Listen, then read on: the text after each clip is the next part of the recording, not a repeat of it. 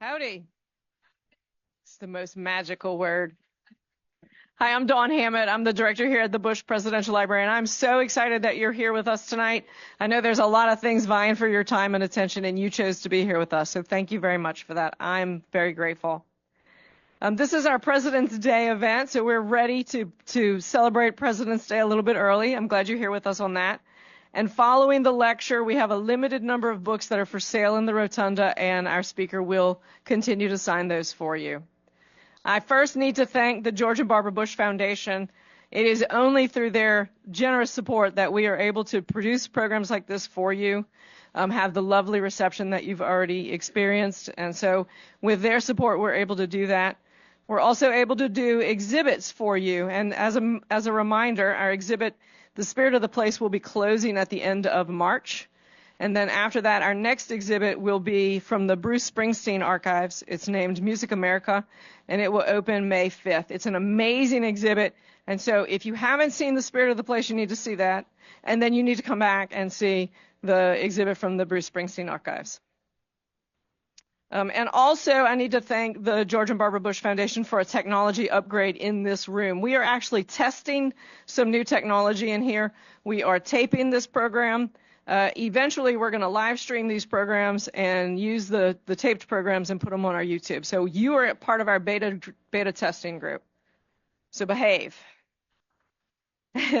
And we also have some very special guests here tonight. We have Gene Becker, who is President Bush's Chief of Staff. And we also have, yes. And we also have Secretary Andy Card and his lovely wife, Kathleen, Reverend Kathleen Card. Thanks for being here tonight. We have time at the end of our program for question and answers. We have some cards at the back table that I don't think everybody saw to pick up. So we're going to have somebody pass out some cards and some pens. If you have questions, you can write them on the card, send them to the end of the aisle. Somebody will pick them up and bring them, and we'll read those questions at the end. All right, now's a great time to silence your phones. I should have said that first, but I forgot. I'd like to introduce our guest speaker tonight. He's a very incredible, I'm sorry, y'all. English is so hard at 6:30. He had an incredible career in the United States Navy, and he turned that into some leadership programs that he's going to teach us more about. He commanded a nuclear-powered submarine and led the largest submarine squadron in the U.S. fleet, and he even carried the nuclear football for President George W. Bush. So he's a Bush family member through and through. He's going to tell us more about his time aboard the USS Texas and what he did to transform that crew. And through all of his experiences, he learned to lead with love, and he'll share his insights on transforming negative cultures into positive cultures to make better workplaces for us all. Mr. Bob Ronska, where are you? There you are. I couldn't see you. Thank you. All right, testing the mic. Can you hear me? Perfect. Well, Don, Tracy, and Karen Kerr, who's part of my team, thank you so much for being here. Gene, Honorable Card, Reverend Card, it's such an honor and privilege for you to be here as well. To everyone in this audience, I felt something magical just stepping on this campus. You have such a deep-rooted service to others and a feeling of love. It is so obvious, it's magical, and it's just an honor and privilege to be here. So such a pleasure, and thank you for having me. I'd like to also call one another guest is on the Texas, when I talk about the USS Texas and how we transformed that culture from good to bad, or from bad to good.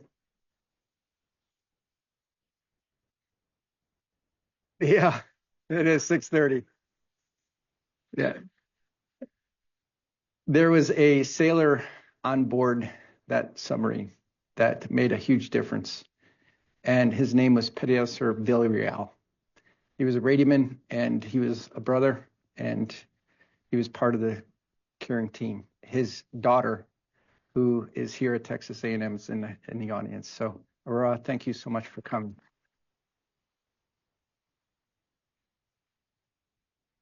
So I'm going a little bit off script. I had the privilege and honor to attend Gene Becker's Character Matters book event about a month and a half ago at the Houston Club. And it was one of the most effective, heartwarming presentations that I've ever seen. And one I would love to share with you that really resonates with this book is President Bush 41 would always ask her, why me? Why me?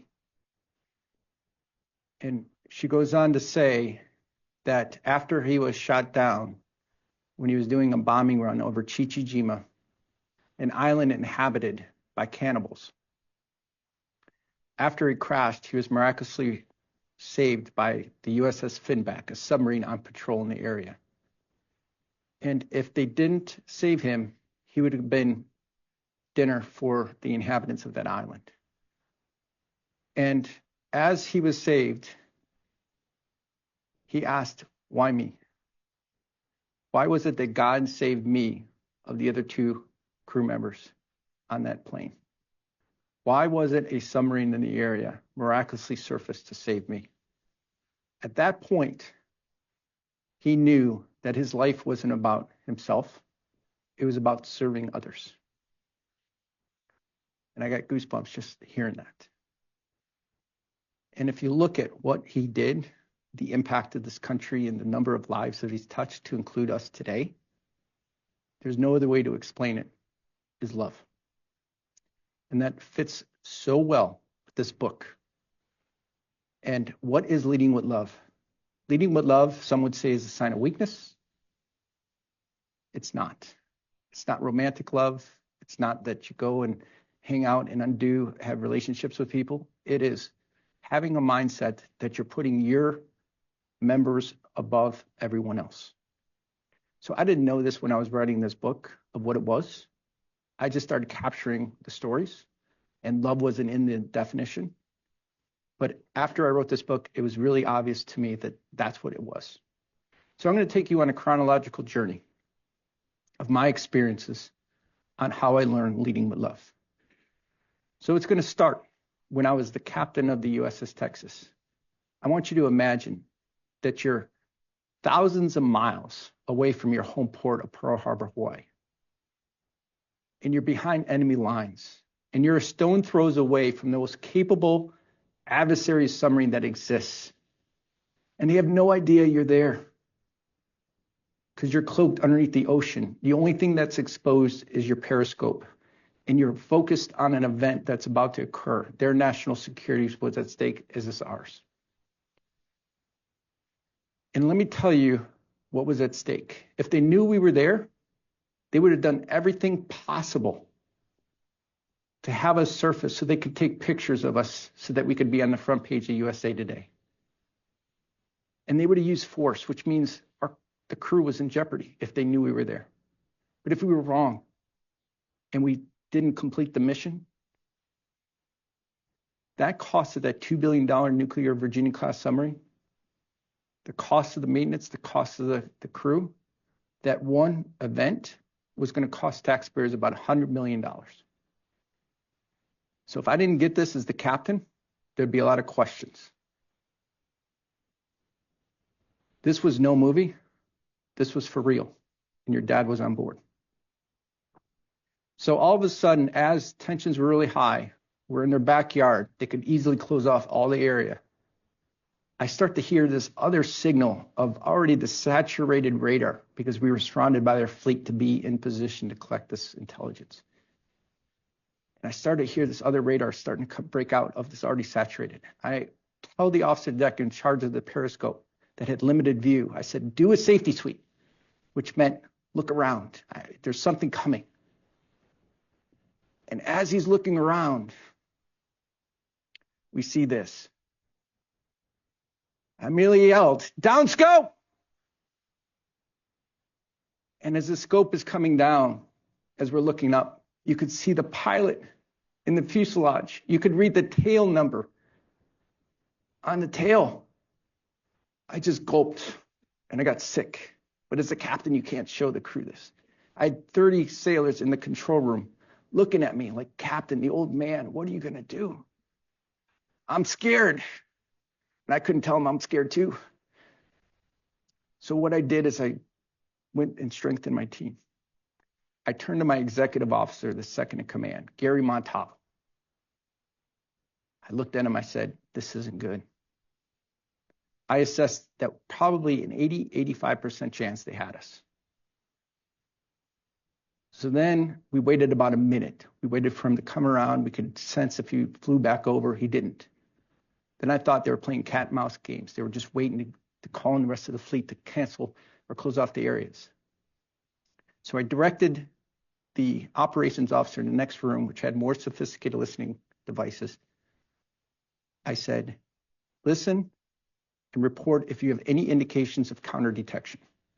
So as the scope went up, we started getting more intelligence. We could hear their communications. And as soon as the scope broke the surface of the water, the navigator, Scott Bresnahan, never forget his voice, comes across the announcing circuit. He says, con radio, in receipt of information that plane, by name, detected an adversary submarine. Firecracker, firecracker, firecracker, which is our code word that we were counter detected. My estimate that they had us went from 80 to 100%. There's no doubt in my mind. And how we're trained in the submarine force, if we think or even highly anticipate that they have us, we're supposed to get out of there immediately. Break contact, and one of the 4 C's that you take control of the submarines is counter detection. So without hesitation, I'm opening my mouth as soon as I heard that. Left hard rudder, make your depth 400 feet, all ahead standard. This is the captain, I have the con. We're boarding this mission. And once we went deep, there's no going back because it was unsafe to come back that close to that environment. As I'm opening my mouth, the executive officer comes, stands right in front of me, Gary, puts his hand in my face and says, Captain, Captain. He goes, let's stick around to see if they have us. He used something more harsh in the book that you can read, Navy terms. And then someone else spoke up and says, something doesn't make sense. Why did he speak up? Because if he was wrong, every second that we waited, his judgment, his character would have been questioned as they did the investigation. Underneath those odds, why would he speak up? There's no other way I can explain it. It was love. Because he sacrificially gave himself for me. Because if he was wrong, he would have been in question his judgment. Why did he do that? Because I sacrificially always gave myself to him. And there's no other way to explain it other than love. So this is the first aha moment that I had, that this was love, leading with love. So I started looking at other experiences that I had. When you think of the Navy SEALs and the military, you think about, do as you're told, don't ask questions. I'm the captain, I'm the commander, take that hill, go do that. Do you think of love when you think of military?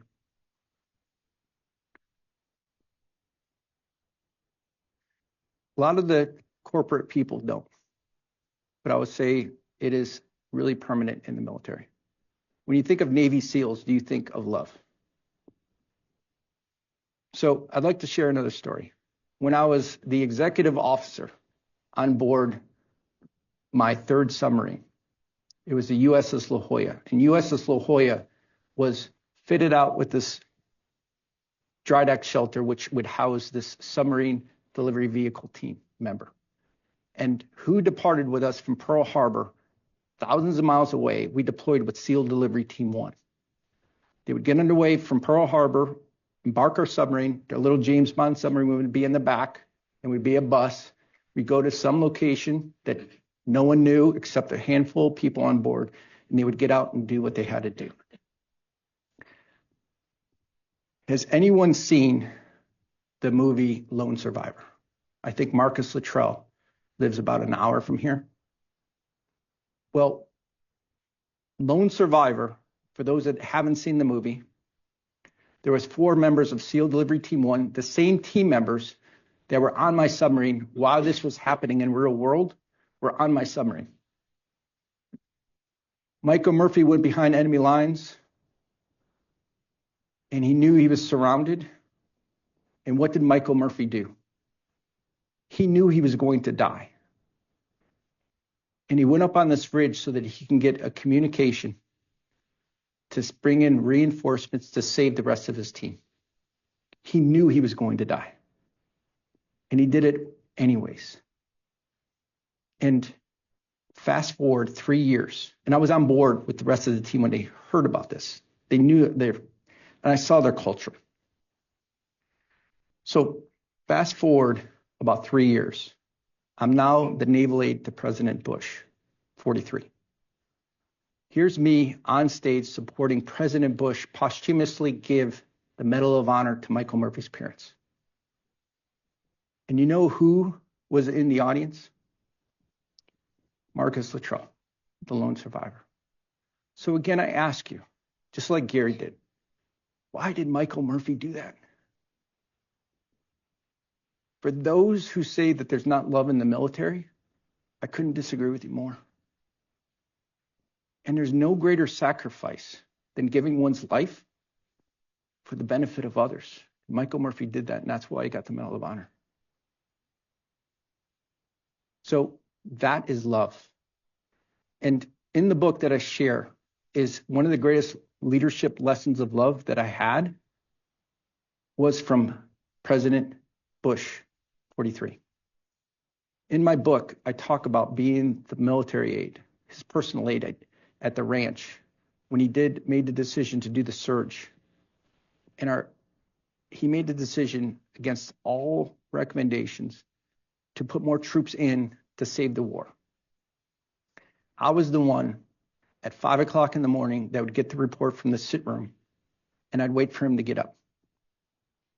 And like clockwork, he was prompt. He'd get up around 5 o'clock. The light would come on. He'd go across the breezeway, turn on the coffee pot, take care of what he had to take care of, and he would come out just shorts, t-shirt, disheveled hair, and the first question he'd always ask me, how did we do last night?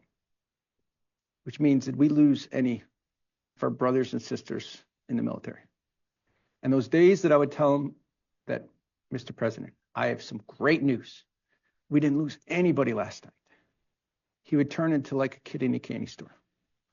What are we doing today? Are we cutting brush? Are we biking? You see Barney. I think he's after a skunk. You know, he would just get so happy. Those days that I would tell him that we lost somebody, he would just take the papers, walk inside, and wouldn't say a word.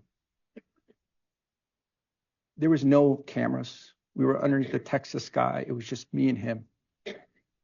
This is a complete example of how you lead with love. And the sacrifices he made for this country and those in this world, it can't be disputed. That's another example where I learned leading with love. So now I was equipped as an XO, and I went to Texas. Right after that tour, I was assigned to USS Texas. So that story that I told you from the start of the counterattack, that was 3 years into my command tour. But that wasn't like it at first. When I first took command of the USS Texas, it was about 140 to 150 crew members. We were out of Groton, Connecticut. And our first task in July of 2009 was to take this new Virginia class, the second Virginia class, and take this ship underneath the North Pole and certify that new ship, new engineering plant for Arctic operations. Never been there before, in cold water. And so what we were tasked to do is to take that in a short time period, because the ice was growing and we couldn't get through. Past September 20th was the magical date. And so there's so much pressure that we had to certify this ship. And let me tell you about the dangers of going underneath the North Pole. When you go in Arctic conditions, the engine room comes into like a rainforest. All the condensation in the air starts to form in random areas, and you get these droplets like a rainforest in these random areas. And where they're dropping are these highly energized reactor panels or cabinets that have upward-looking vent holes that could fall right on a microprocessor that controls the reactor. Can you imagine a drop falling perfectly on a microprocessor, shorting everything out, and the reactor scrams because it's always fail-safe? And there were days, I'm talking at least 2 days commonly, we would go in areas where the ice was so thick that you couldn't surface. And you know what happens when you lose the reactor and you can't surface? You die. Then I got reports that there's foreign submarines getting ready to get underway to come track us because we were publicizing this, that we're taking the New Virginia class underneath the North Pole. So they started diverting us through this narrow passage. It was the capital of the iceberg factory of the world, the same iceberg that sank the Titanic. But you know, my biggest concern wasn't the icebergs, wasn't the foreign submarines, wasn't going underneath the North Pole in the Arctic conditions, new engineering plant. It was the culture of the crew. Have you ever played the game Whack-A-Mole? That's what it was like. It wasn't if, it was when and where we have another major incident on board, unlike anything I've experienced before. And when we had our major event that just happened, my boss was poking me in the chest and asking me why I'm so messed up. Why is your ship, the worst ship in the squadron? Why can't you get anything done? You have to get the ship underneath the Arctic thing, and I'm going to go look at everything. It was terrible. What was my first instinct to do as a leader? I wanted to hold people accountable. I wanted to punish people for making mistakes. Because what I learned, I did the opposite. I led with love. I looked at myself in the mirror first, and I asked myself, what am I doing as a leader to make sure I'm giving the crew the support they need, the resources they need, the training that they need? So I did something so simple that I learned from their ship. I printed out a page that all it had was crew top 3 at the top with their name. And it just had 1, 2, 3. I don't know if that would work. I had to try something, and I knew it was the culture. So I mustered the crew topside, and I said, crew, I love you. I care for you. I need to know what your berries are. I said, if you have nothing, I don't want to waste your time. All I ask you to do is put your name at the top. But if you have something, please let me know. I didn't say this was to fix the problems or not. I just went up and I basically said, I care for you. I went down to my stateroom right after. Within half hour, I get a stack of papers like this. Like this. I went sick to my stomach because I did all these interviews. I did this. Why wasn't this coming out? I didn't know. Why didn't I know? Because the crew was so apathetic, because they didn't feel like they're cared for or their voice was ever heard. So one of the problems that I found was there wasn't sufficient number of computers on board. On a Virginia-class submarine, everything operates off a computer. If you have to do work controls, you have to do any maintenance, everything works off the computers, and half of them were broken. I had no idea. And what that entailed is that 2 hours of every crew member, they would have to spend extra on board, that they couldn't be with their families, or your dad couldn't be home, because the computers were broken for that one reason. The light bulb went out. I realized why we're having all these issues. It wasn't a bad crew. It was because they didn't care for the ship. Why didn't they care for the ship? Because the ship didn't care for them. So I immediately went up topside. I went to every submarine in the fleet, in the squadron. I got new computers. Within an hour, I begged, borrowed, and stealed. I said, we need new computers today. We got them. I immediately went up topside. 2 hours later, and I mustered the crew back. They're like, why are we here again? We're going to, morale increase when the beating stopped. And what did I tell the crew? I said, I am so sorry. I had no idea that you didn't have computers along with these 10 other things. I said, this will never happen again. I love you. I care for you. And I am so sorry I got new computers. That was a spark. That was the spark of the culture of going forward, where it changed the culture of the crew. Here's us at the North Pole.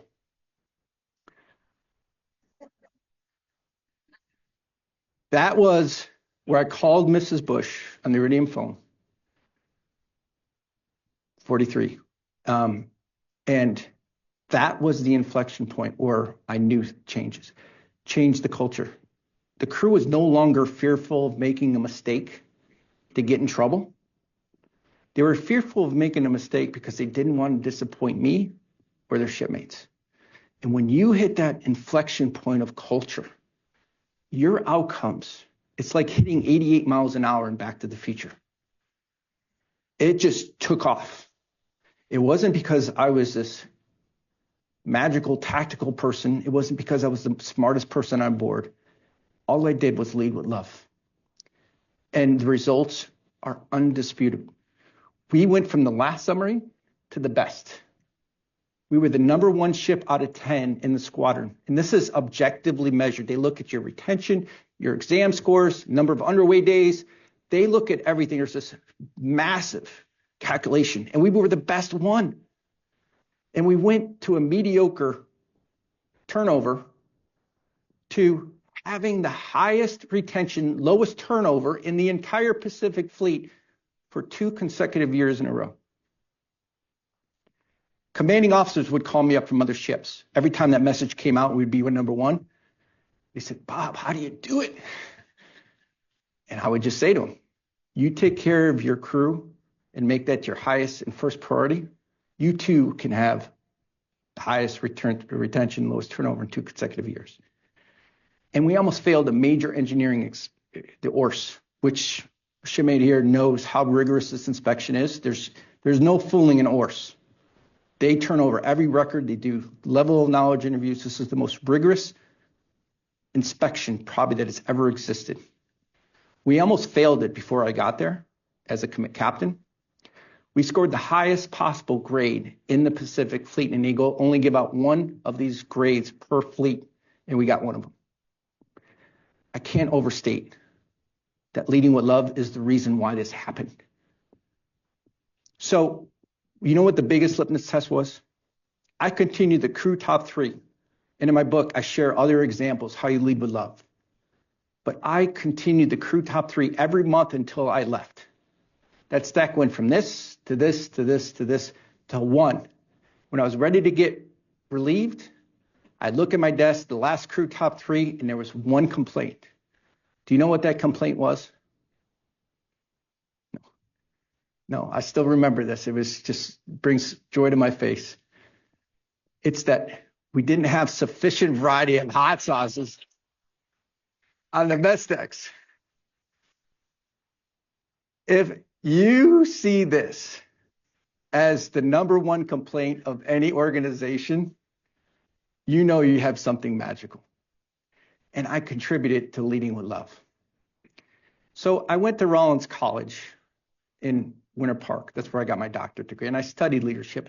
And this leading with love, this baffles my mind, is the most effective leadership style. And if you do any research, it's backed by 50 years of academic research. And we're not implementing it because it's hard to build relationships. It's easy to hold people accountable. It's hard to build relationships. But if leaders knew the importance and the significance of this, they would do that. So I studied a little bit deeper. And at Rollins College, I'm sure you all seen our hero, Mr. Rogers. Mr. Rogers, although he grew up in Pennsylvania, he went to Rollins College in Winter Park, Florida, this business school. And when Mr. Rogers died, he had a note in his wallet. And that note in his wallet was, "Life is for service." And he got that on one of the buildings at Rollins College, and he continued that. And that same culture that's at Rollins is here. I feel it. And if you Google the 2022 commencement speech at Rollins College, the person that is the speaker is this person, Elizabeth Bonkers. You don't know Elizabeth Bonkers, but she was on ABC News. Why was the commencement speaker for the small, prestigious business school in Winter Park, Florida on ABC News? The reason why is because she was nonverbal autistic. She could only type with 1 finger, and she couldn't talk. And she becomes a valedictorian of this prestigious business school. And in her speech, she talks about Mr. Rogers. So Mr. Rogers is a big hero. And if you look of leading a great life, he does that. And Mr. Rogers, he has this famous quote that I followed. He says, love and success, always in that order. It's that simple and that difficult. And that's exactly what I did on the Texas. Instead of worrying about success getting there at the North Pole, I put love first, the crew first, and success followed. This formula is the key ingredient, essential ingredient to any leadership. Those leaders that were worried about productivity and results, it doesn't work. If you put this first and you see the results that I had was just unbelievable. So I'd like to share something even more profound leading with love. Leading with love, your outcomes will far exceed beyond expectations. You want productivity go up, you take care of the crew, your expectation. You will become a legendary leader. I remember I was talking to somebody in the crowd. They remember, it was Rock, I think, or a Marine Corps. Talked about one of the leaders that he will never forget and how successful he was. It's because he led with love. You become legendary. If you want to be a legendary leader, you do it with care. And if you want to build a legendary culture where people like a Field of Dreams model comes to you, you lead with love. But the biggest profound thing that I found by writing this book is you become successful. What is success in this life? So is success in this life the number of how much money you have in the bank or what car you drive? What's success? What do you all think success is? Is it tracking submarines, carrying the nuclear codes? No. And I'm going to share a story of how I found this out. So when I was a captain of the submarine, I got to know everybody, like your dad. I got to know who their wives are, kids, got the names. And I would say it took no time at all. When I was rounding, how's your daughter doing? How's your wife, Amber? And I did that with everybody. And it just didn't cost anything. It was just show that I cared and developed these relationships with the crew. And 4 years went by as I'm running in Pearl Harbor. Now I'm the Commodore in charge of Squadron 7. And I see this petty officer who used to be on the Texas with me. We only overlapped for a year. His name is Petty Officer Mankins. And I look at him. I said, Petty Officer Mankins, is that you? 4 years went by. He goes, Kameranska, is that you? I go, how are you? It was like yesterday. And I said, how's Amber? Great. He says, do you mind if I stop by your office later today? I said, absolutely. So he comes to my office. He says, listen, he says, you know, when I first got to the ship, I was supposed to be here for 4 years. That's the rotation. And I know I was going to transfer. And during those 4 years, my wife, Amber, have been desperately trying to have a child. We've been trying for 4 years and we can't. And we know it's an infertility treatment problem. And he says, Tripler Hospital, the big pink hospital in Pearl Harbor, he says they have this program that allows military members to get infertility treatment that we can't afford out in town. But there's a long waiting list, and it took us 2 years, and we got our first appointment this July, and it was April. I almost stood up and hugged him. I said, oh, I'm so happy for you. He says, all we want in life is to have a child. And he says, everyone knew what was at stake, that I had this infertility treatment in July, and I was supposed to leave in October. I just got orders 2 weeks ago to leave the island in June. And he says, I went to my engineer, went to my XO, went to my Commodore. No one is helping me every day for the last 2 weeks, and my wife is crying every day at home. This is April. And he says, when he calls the person writing these orders in Millington, Tennessee, or DC, he starts yelling at him. He says, listen, shipmate, you're in the Navy for a reason. They're called orders for a reason. Suck it up, Buttercup. Execute these orders. Stop having people call me to change your orders. They're not changing. And he screams at him and hangs up the phone. He is not in my chain of command. Texas is Squadron 1. I'm Squadron 7 now. I immediately pick up the phone and I dial this number. I said, listen, shipmate, this is what you're going to do. I said, by Friday, you're going to change these orders back to October. This was not some national security. This was just filling holes, shell game, to get someone relieved early so they can work it out. And I said, if you don't, I'm going to call the 4-star admiral myself. and we're going to have this discussion. I am not letting this go. This is not how you treat people in our military. I hang up the phone. October, he calls me to tell me that his wife is pregnant. Totally forgot about it. And as I'm writing this book, he sends me this picture. He says, you and God are the only reasons why Sweet Caroline is here today. Mr. Rogers has said this. He says, God has put us on this earth for one purpose and one purpose only. And that purpose is to serve others. And when you find that service to others, the wholeness of fulfillment that you will feel will be undeniable. When I got that email, I'll never forget, I was sitting eating breakfast at the morning table. I started to cry. The euphoric feeling that I had is exactly what our purpose in life was. This is success. This far exceeded tracking any submarines or carrying the nuclear codes. I now understand my purpose in life is to spread leading with love. And my purpose in life wasn't to track submarines. It was to serve others. And I got the greatest gift, and that's what I still feel today. So when I'm on a book tour 3 months ago, I'm in D.C. I didn't know who was going to be there.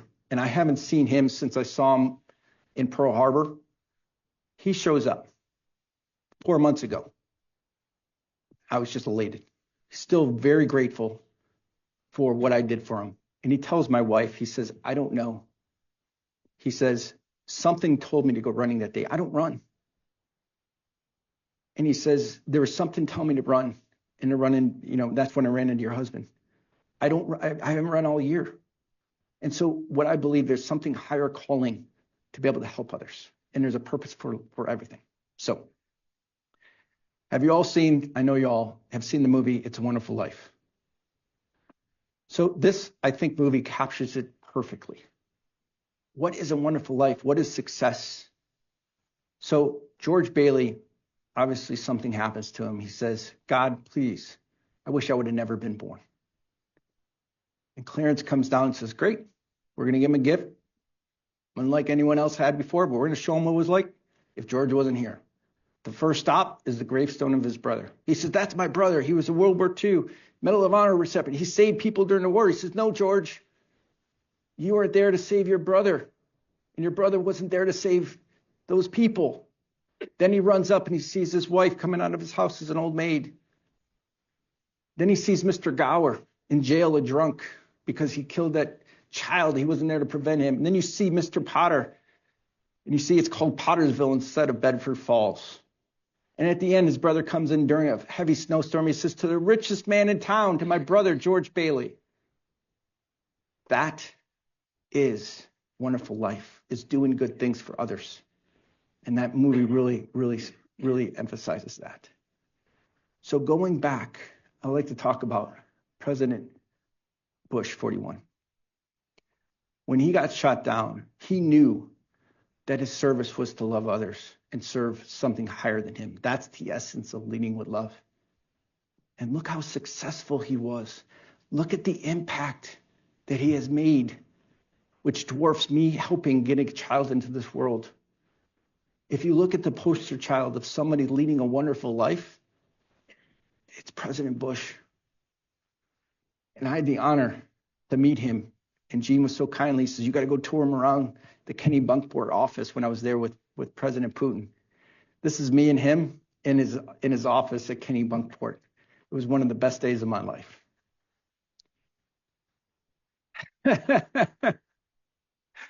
So in honor of President Bush, in honor of this great institution, and in honor of you being here today, from the bottom of my heart, thank you so much for leading with love.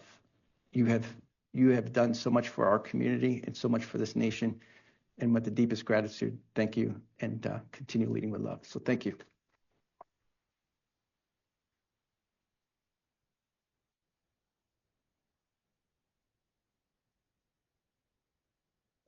Already.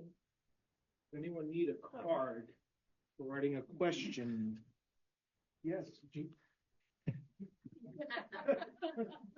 Good, you want 2 cards? 3?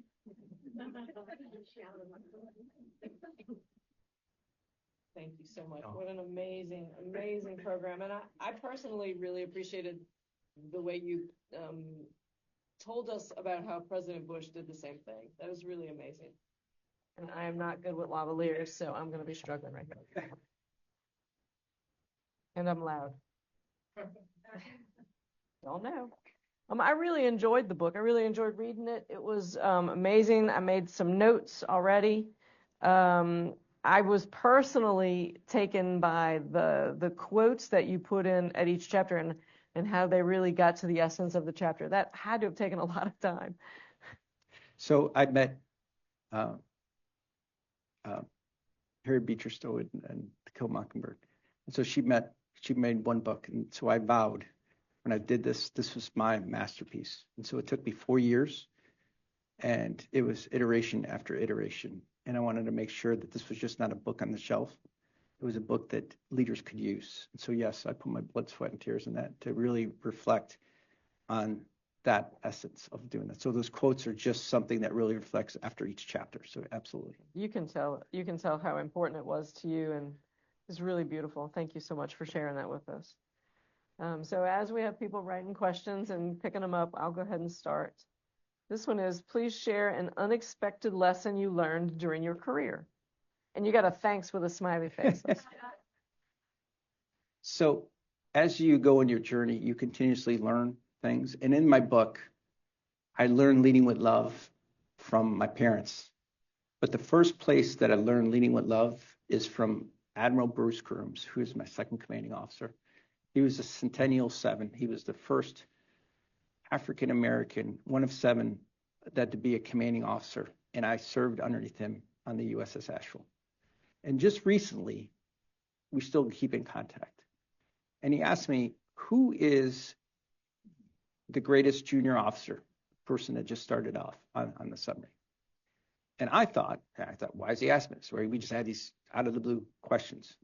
So I picked a junior officer that preventing us from colliding in the Strait of Hormuz. It was a very shallow area, and he had the psychological safety or concern to speak up, and we went into water we shouldn't have been to avoid a collision. And because it wasn't written and he saved the day in the submarine, I said, that's the most junior officer, best junior officer. He disagreed with me. He says, no. The best junior officer was this other lieutenant. I won't say the name.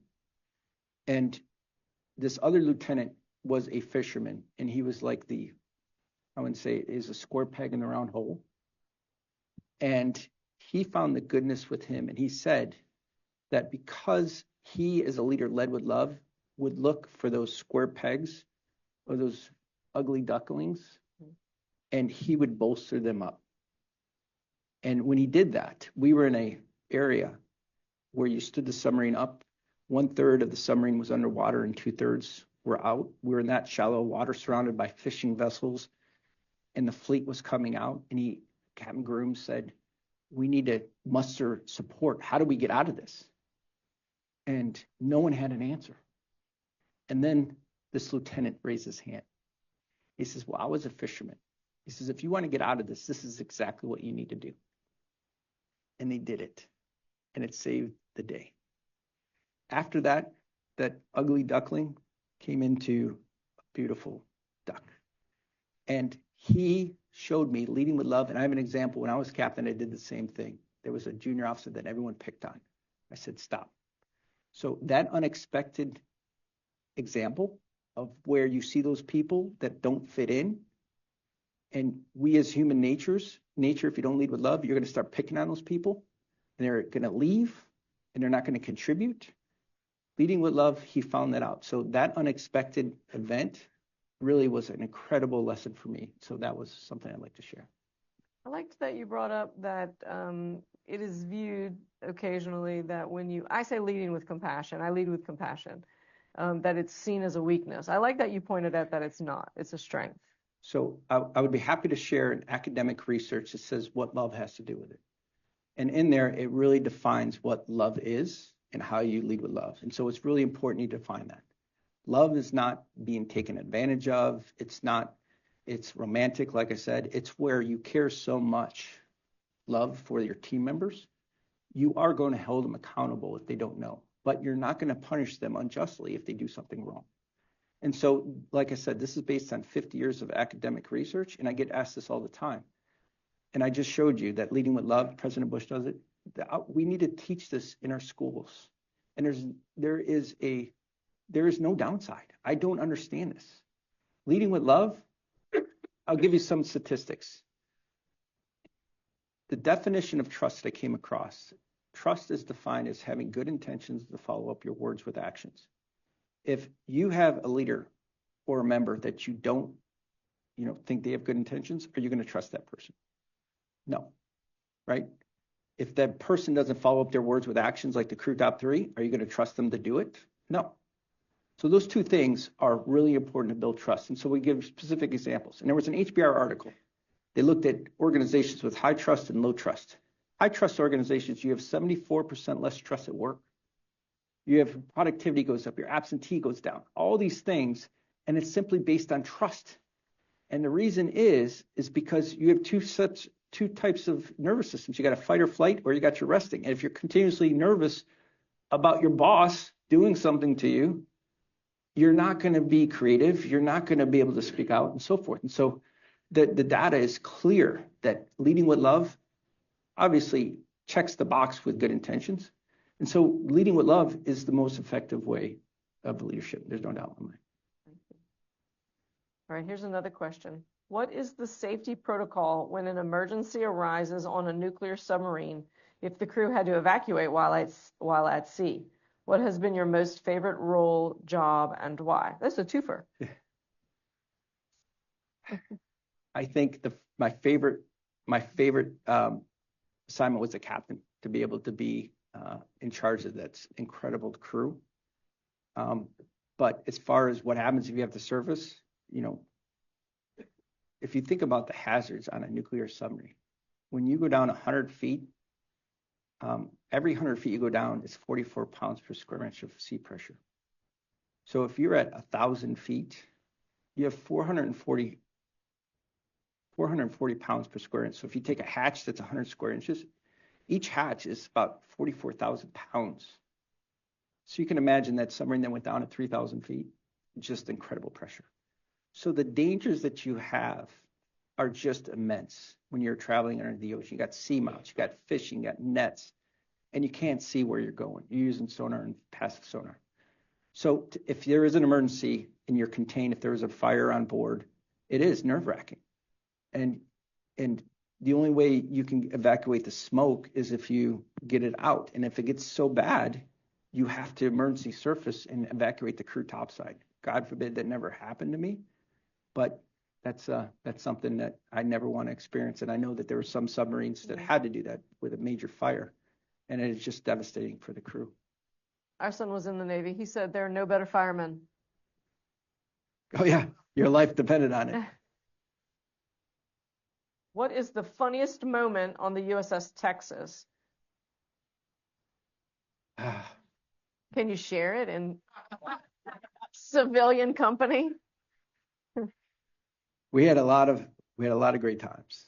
And one thing that I did do, and again it's in the book, is I knew the crew didn't get paid hardly anything for their experiences. And so one of the sailors says, Captain, it'd be nice to have a beer at the North Pole. And I looked at the regulations, and clearly you can bring beer underway if you go to a foreign port. So I extrapolated that. And again, it's just like President Bush going in, this decision is so small, but I said, we're bringing beer on board. And we locked it up, and we had 2 sanctioned beers at the North Pole for every crew member. That's genius. And I used it, or I did this because, one, I could have gotten a lot of trouble because if they were doing the inspection, if they found beer was on board, they're like, well, Captain, when you bring beer on board, you're going, my credibility and I would have been a question of what I'm doing. But I did, and I sacrificed myself. And why? And I would tell the crew, I said, you don't get paid enough for the sacrifices you make for the United States. I said, there are many people in this world that would spend thousands, if not hundreds of thousands of dollars to have a beer on a nuclear submarine at the North Pole. And again, I would show them I love you, I care for you, and I did this so that you have stories that you can share going forward. And they loved it. And probably that was the most fun moment. All right, we have another funny question. So you got to put your thinking cap on. What's the funniest thing that George H.W. Bush said to you? And he was a funny man. So Gene. Can you share it? Well, the fishes on the back, he would love that, and so he had a doll of President Clinton. Look at Gene. And they were best of friends, that. And so the doll would say, he'd spin it up and he would say what Clinton would say. And so you got to hear this, you got to hear this. And so that was the funniest moment. But he's so personable. And that's my funniest moment at HW. You made Jean put her head in her hand. I see, I didn't want to hear that. But you knew the doll. All right, I'm not sure I can read this, so if I struggle through and it's your question, can you tell us who the enemy aircraft was in the first story? Or is it classified? I used this, I went through a process with this book. I had to go through the DOD to make sure I didn't share secrets. So I don't call it the country by name. But you can imagine. Can you tell us the shape? I will tell you that it was a sub-hunting aircraft, and their main purpose was to find us. And when I saw that, there are certain aircraft. It's like a Cessna. You could say, oh, that's a Cessna, or that's a cargo ship. This was a ship or a plane that was specifically out there to find us, and they were equipped to find submarines. That's why I was so concerned. So absolutely. So one thing I want to share with you is that, and again, I'm going to go completely vulnerable here. And I use this, is that the greatest leadership book that has ever been written and the greatest leader that has ever existed. Who do you think that is? Jesus in the Bible. And if you look at this, the Simon Sinek's, the Maxwell's, they're going to be forgotten here in the next couple decades. But if you look at the Bible and Jesus, they've stood the test of time. And 2 points that I want to just make with you is, how did Jesus lead? He led with love. He showed us how to be a leader. And if you look at the criteria, and this is based on 50 years of academic research, there's an LMX7 that measures this. And it measures, would you bail out your worker at the cost of your own?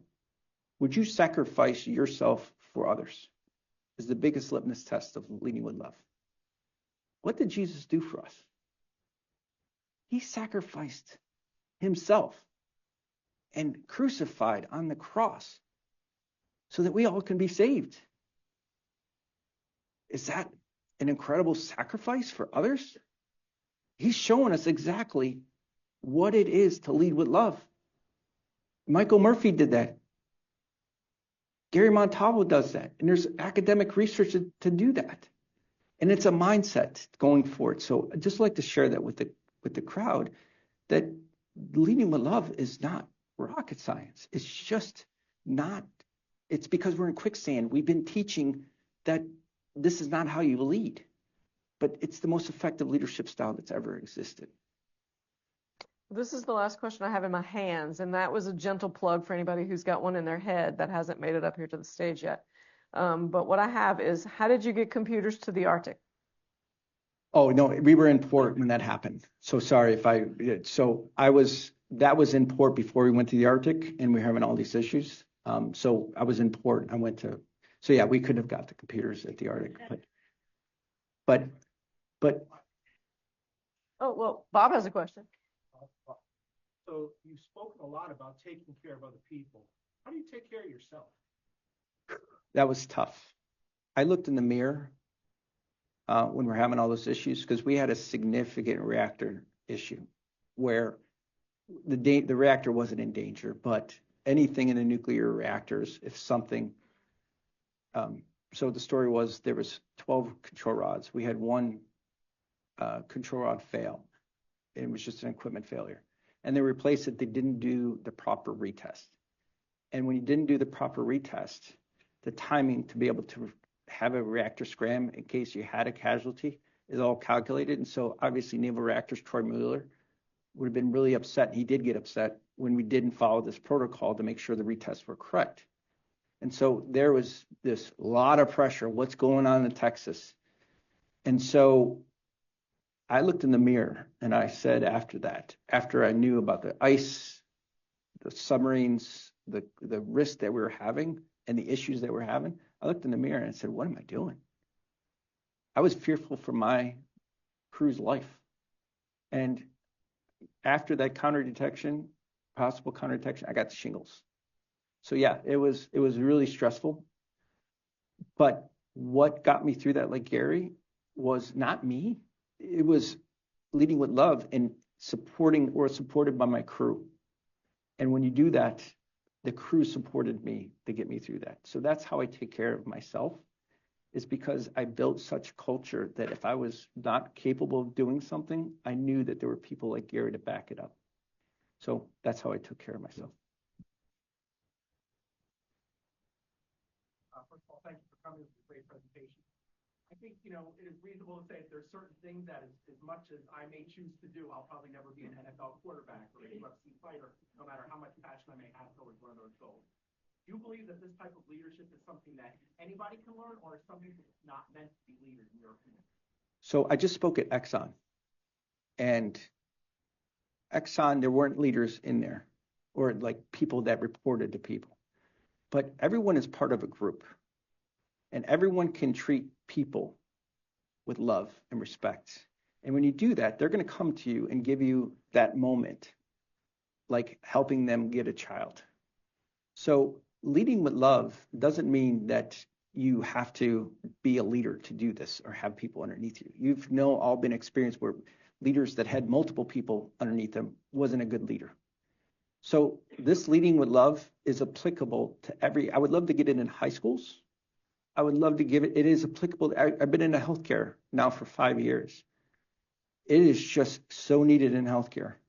And it is, if you look at how doctors are trained, doctors go through this rigorous residential program. They're not really in charge of anybody. They're treated like a frat.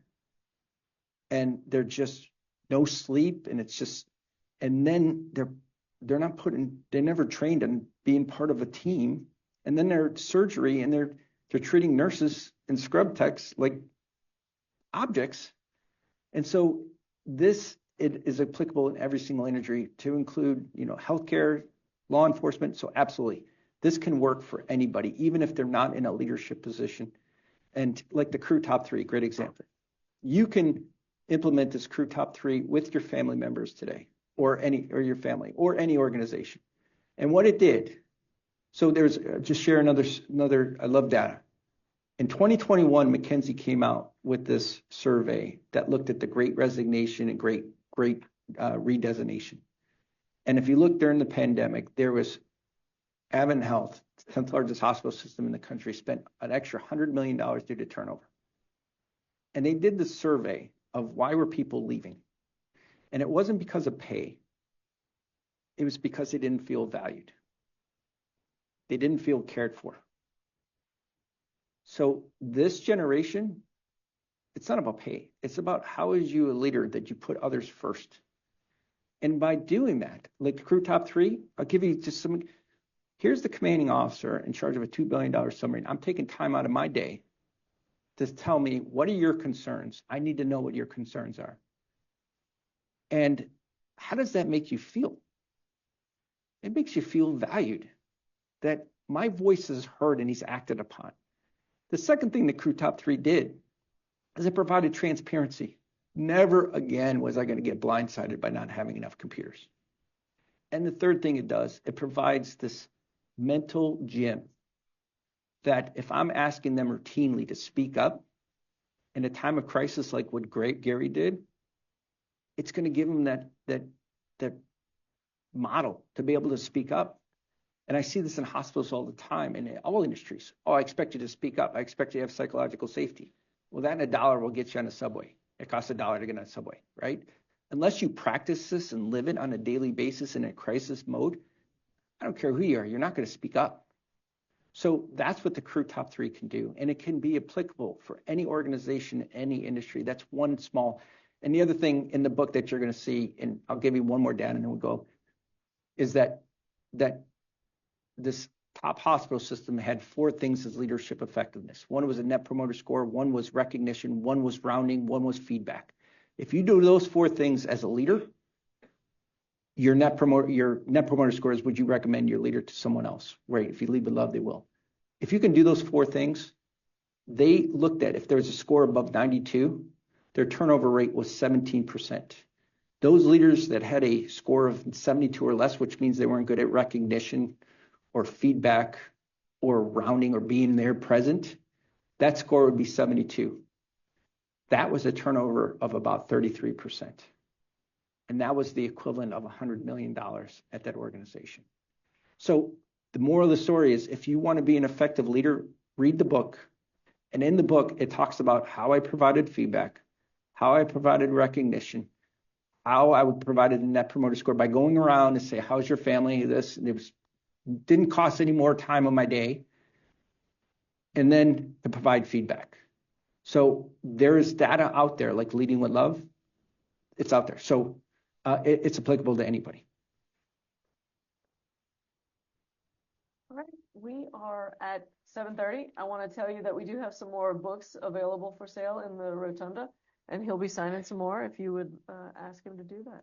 So join me in thanking him for his time here. Oh.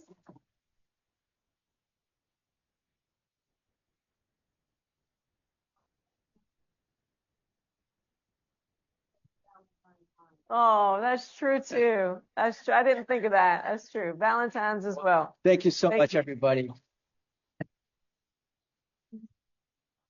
Thank you.